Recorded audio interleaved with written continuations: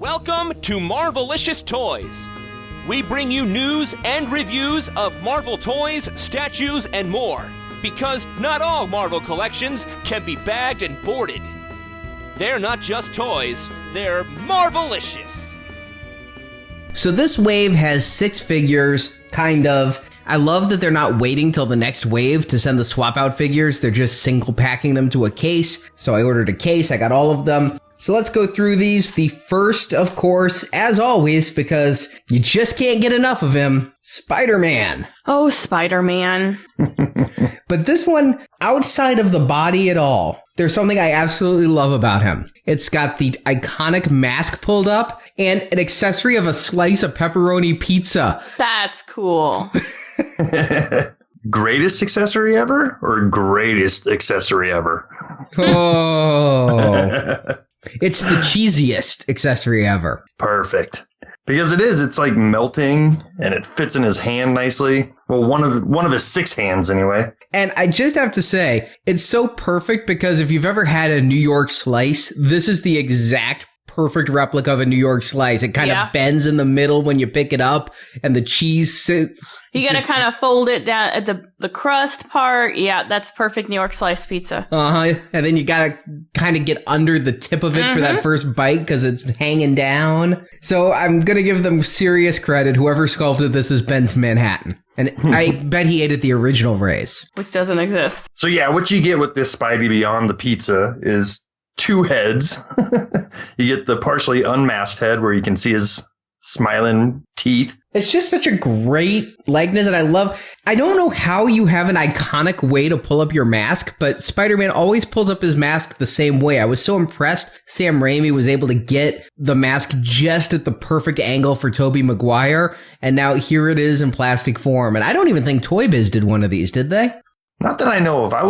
I've never been a huge Spider-Man collector because there's just always been so many, but I can't recall one with his mask pulled up like this. Not even in like the movie lines when Hasbro started doing them, which is where it would have made sense. You know, they gave us every other color of Spider-Man and even a half black, half red one back then. And plenty of unmasked. I mean, I'm not saying there's none unmasked. And there's been the soft good masks that you could pull up on your own, but never the sculpted view the chin only mask from the 6-inch line that I know of. If I'm wrong, listeners, please let us know and we'll issue a correction. The figure himself, he's really articulated. I can't necessarily place this as a common buck, but maybe it is. Maybe we'll talk about this buck again when we get to Spider-Man 2099. I think we've seen it before with the double hinge shoulders here. I think we've gotten other Spider-Mans, at least with those arms and top. Maybe not the same, though. I'm thinking back with Amazing Spider-Man 2 that we've seen this, but I thought those web lines were a little more sculpted, whereas this is nice and smooth and painted. Yeah, I thought the same thing, and I actually tracked down that figure in my collection so I could have him out for this review. And it's the same style of articulation, but it's not the same body because in that Spider-Man 2 version, they were sculpted lines on that body. Even the spider logos were sculpted into the front and back. And on this one, it's more straight up just paint job. Yeah, I love the colors of this. I mean, you say we get a lot of Spider-Mans, and we do, but I can't remember one that really was this vibrantly red. Yeah, I mean, it's got some nice colors. It really pops. It feels different enough from the Spideys we've been getting to not make me think, oh, God, I'm buying yet another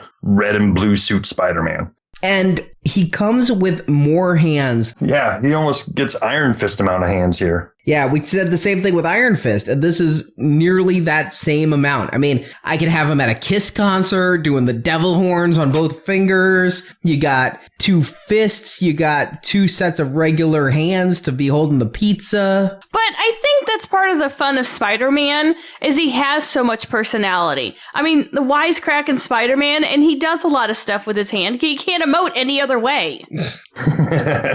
Well, now he can pull up his mask and smile. Well, yes, but he doesn't do that very often.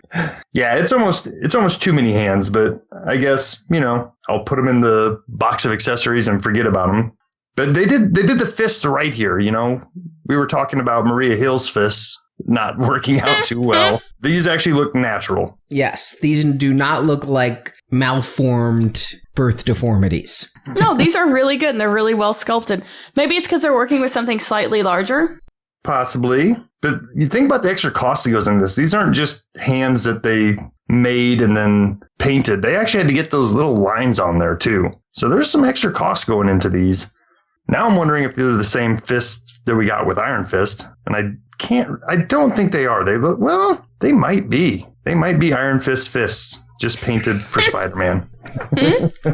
I have Iron Fist here. Let me check. Because I remember we thought that those fists were a little out of proportion. Actually, this looks like it's smaller. No, these are different hands. Spider-Man has smaller hands. And you know what that means is that Iron Fist can't wear his gloves. And he'll be acquitted. Yeah, all in all, like I said, this doesn't make me bummed out to own yet another Spider-Man. They gave us enough cool accessories. It's nice, different color scheme than we've been getting. And at the end of the day, I'm happy that this is the Spider-Man we got here. Now, figure number 2 is one that I was excited to hear he was coming. It's a character that I just like. I happened to be reading Spider-Man when he was introduced. Anti-Venom. Oh, yeah. Which is basically inverted Venom. Instead of black with white stripes, he's white with black stripes. So is he good then? Well, kind of. Okay. He kind of doesn't exist anymore. Yeah, he only existed for a little while, and he was sort of good, he was sort of insane, but it is Eddie Brock, who was the original Venom, who is now Toxin. He's just all the symbiotes. My problem with him is when Eddie Brock became Anti-Venom, he was sick, he had been dying for a while. He wasn't the bodybuilding, muscular Eddie Brock of days past. And I have a hard time imagining what Humberto Ramos's art would look like on real people, because he draws very distended people in all way, very exaggerated features. But I took Anti-Venom as very lanky. You know, he was muscular, but he wasn't beefy. He was lean and wiry. Yeah, and taller. Yeah. Definitely. And this is like Eddie Brock, the muscle builder, just in a white symbiote with whipped cream on the back. Meringue. Very good. Meringue, I'll take it. Minus the size discrepancy by what we both envision as Anti-Venom, I have to say I'm much more pleased with this figure than I thought I would be, because when we first saw this, we were both like, oh, they just took that Toxin figure and repainted it. And we all know how that Toxin figure came out. It was a big disappointment. So actually having this in hand, I'm not nearly as disappointed as I was with Toxin, because I think we got a new head here. This is a unique Anti-Venom head, if I'm not mistaken. No, I don't believe you're mistaken. This is not Toxin. This is not Venom. This is a brand new head. And that's where this figure really shines. Literally, out of the mouth. He's glowing out of his mouth. He's got shiny black symbiote on him. And at very least, the head feels very Anti-Venomish. Now, the rest of the body is that Toxin body, maybe different hands. I don't have Toxin in front of me, but they feel the same style of those oversized claw-like fingers.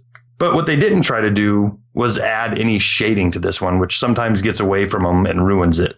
They just kept him all basic white with a nice stark black logo on him. Yeah, I like that. It is the same hands as Toxin, I do believe. I mean, I'm looking at the two. They look exactly the same. And you can tell it's the same bug, because I wondered why he does have the meringue on the back. It's to fill that peg hole that was there where you put the Toxin symbiote in there. So yeah, it's a new head, Toxin body, but it does look so different that I'm happy to have it, even if I feel like by repainting Toxin to be Anti-Venom, they could have done better by just giving me like an old school Venom, perhaps, with tongue head. Yeah. We got Carnage, we got Agent Venom, we got Toxin. This would be a better buck to give me a old school Venom with. Exactly. This to me doesn't replace the awesome Marvel Select version of Anti-Venom. Nothing could. I mean, unfortunately, it just doesn't fit in the scale with the Legends. But when you compare the two, and they cost the same. I mean, the MSRP of a Legend and the MSRP of a Diamond Select is the same now. And the wash Diamond gave it, the look, the more horrific face, this is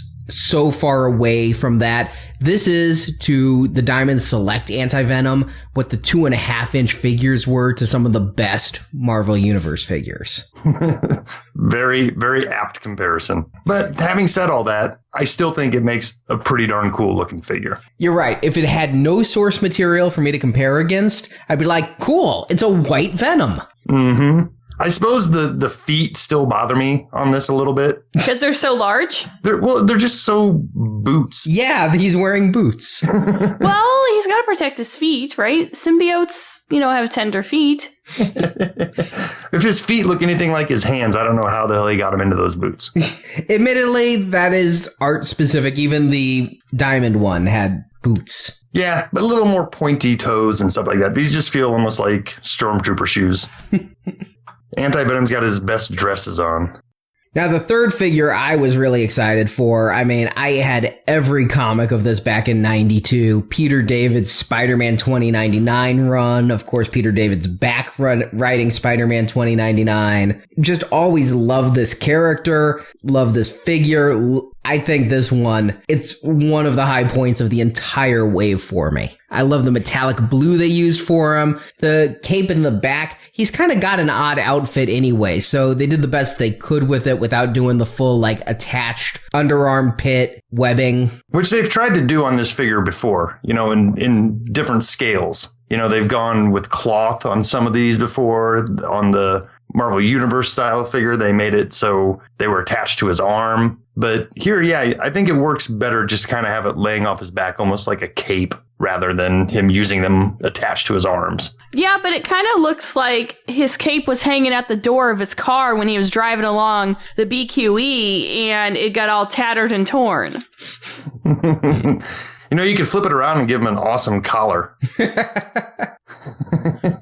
We've seen Spider-Man 2099 a few times over the years. And I remember when we first saw pictures of this figure, we were pretty excited. I know I was, because we were both talking about Arnie, about how shiny and blue he looked. Mm-hmm. And I have to say, it didn't come out that shiny. It was super metallic-y blue in those original promo shots. And what we got here is, it's metallic-y and it's blue, but it's not all super shiny. It looks like it's got a wash on it. At least the one we have, it's like a super metallic blue underneath, but then it has a navy blue wash over it that's kind of giving it a mottled effect. Yeah, it kind of dulls it a little bit. But that's his body. Look at his head. The head is nice and shiny. Yeah, but you can still see it on the head, though. You can see the shiny part of the blue underneath. You're right. It's almost cloudy. Mm-hmm. That's because there's a wash on him. Unnecessary. But I'm not going to let a lack of shine ruin an otherwise awesome figure for me. Yeah, and he's not super metallic, but I do like how metallic it is. I think Spider-Man 2099 is one of my favorite non-traditional Spider-Man because he has such great color. And I dig his Punisher-inspired emblem. It's half Punisher, half Spider. Mm-hmm. I don't know if that's what they were going for when they designed him, or if they were just going for a scarier look for a spider, but it worked. Well, yeah, it's definitely top part of a skull at any rate. But yeah, I mean, nice clean paint apps here. Otherwise, all the red parts are nice and sharp on the figure I have here. Mine as well. I'm happy to say I've been looking for bad paint apps on these figures, and I haven't seen one since Ms. Marvel in the Target 3-pack last year. And they gave him some kind of cool hands for a Spider-Man figure. He's got all of his fingers spread apart and kind of in a grasping pose. Yeah, when you see this character in the comics, he doesn't shoot mechanical web shooters and things, and he's not a funny guy. He's a harder Spider-Man. So this fits this character. I'm glad they didn't just give Spider-Man hands. It just adds to the personality that makes 2099 something special. Yeah, and we spoke about it a little bit earlier. This is the same buck for the most part as the Spider-Man that we reviewed earlier in this wave. Obviously a new head where I believe, if you feel it, that mask the shapes on the mask are sculpted on there. That's not just a paint job. Nice. The rest of his emblem is a paint job, but yeah, the head has the sculpted mask. Yep. Besides his hands being unique, his forearms are unique too, because he's got the little spiky things coming off the bottom of his elbow there too. So that's a nice little touch that they could have overlooked, and gone cheap on it, but they didn't. It's there, and I think it finishes off the figure nicely. Yeah, this is my favorite figure of the wave for all the reasons you've stated. I like the color of the red they chose. The articulation on him is great. I'm getting some great poses out of him. And you're right. If they'd skipped those red things on the arm, I probably would have just said something wasn't right here. But because they put them there, I didn't even notice but exactly what I needed out of him. I mean, when it hits one of your favorite characters, you want to be done justice. And even though he's a minor niche character for me, I'm so glad that they did him so well, because you're not getting a second chance at him, It's not like, well, next year they'll make another one and it'll be better. I kind of feel the same way about the next character who's completely out of existence, never really existed to begin with, Spider-Girl, or as they call her, Warriors of the Web. Oh, so do they like to make female characters of all the famous Marvel characters? Well, they did that for licensing rights. I mean, that's why they created She-Hulk. There's some of that. It's a trope. You get Superman, you get Supergirl, you get Batman, you get Batwoman, you get Spider-Man, you get Spider-Woman. But this specific figure is Mayday Parker, Peter Parker and Mary Jane's adolescent daughter. They named her Mayday? Well, May Parker after Aunt May when she died. They named her daughter after Aunt May. Yeah. And then she went by Mayday. That's a horrible name.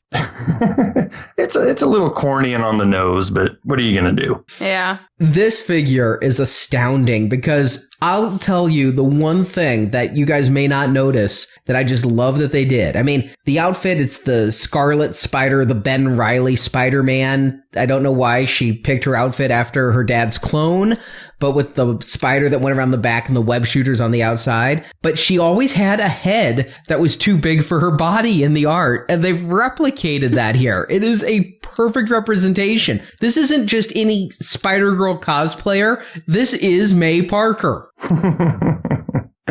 And yet they managed to keep the mask feminine looking. That's got to be a little bit difficult to take a masked head and give it feminine attributes. Because if you pop this off and just left it sitting around, you could tell that it was supposed to be a girl version of Spider-Man rather than just the one that came with the other Spider-Man in this wave.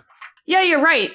I don't know how they made the head feminine, but it's almost like they made her face, they gave her a little nose that's kind of dainty, so that's nice. They did give her a huge rack, so there's that, and they're quite perky. Yeah, for her frame, though. They're not overly done. And I like how they gave her kind of thinner arms and a girlish figure. She actually has a waist, which is kind of different and nice. So she's kind of nice. I like her. Yeah, the body we're talking about here, we're going to be talking about on both of these female characters in this wave. They're the same body, different hands, different heads, and stuff like that. But for the most part, it's the exact same torso and everything. Which goes a long way with paint jobs. I mean, what we're looking at here is an incredibly detailed web pattern paint job that, is a different blue than what we were talking about earlier. And I'm trying to figure out if these web shooters those aren't sculpted on. Those are like slip-on accessories. So yeah, they're very tight. I tried twisting them, and you can if you try, but it's really tight on there. Yeah, they move independently, though, so that's a nice little touch. But yeah, it's always scary with Spider-Man figures and the webbed, outfits that you're going to find one that has wonky lines on it for some reason. But, everyone I've been seeing here, nice and crisp and clean and even thin. It's not like they're making these too thick. They're nice and thin and sharp. Yeah. And the fact that there's the different weights of lines that are so perfectly done. The thick lines for the spider, the thin lines for the web pattern, the medium lines around the eyes. I think it's the eyes that give it the feminine pattern, the way they tick up at the sides. It's a little anime girl, kinda. Yeah, almost a cat eye. Yeah, pretty solid figure for what it is. Thanks for watching this video. You can see full episodes of Marvelicious Toys with more collecting news and reviews at marvelicioustoys.com. We also have thousands of toy and collectible photos in our photo gallery. If you enjoyed this video, please subscribe to our YouTube channel. Until next time, make mine Marvelicious.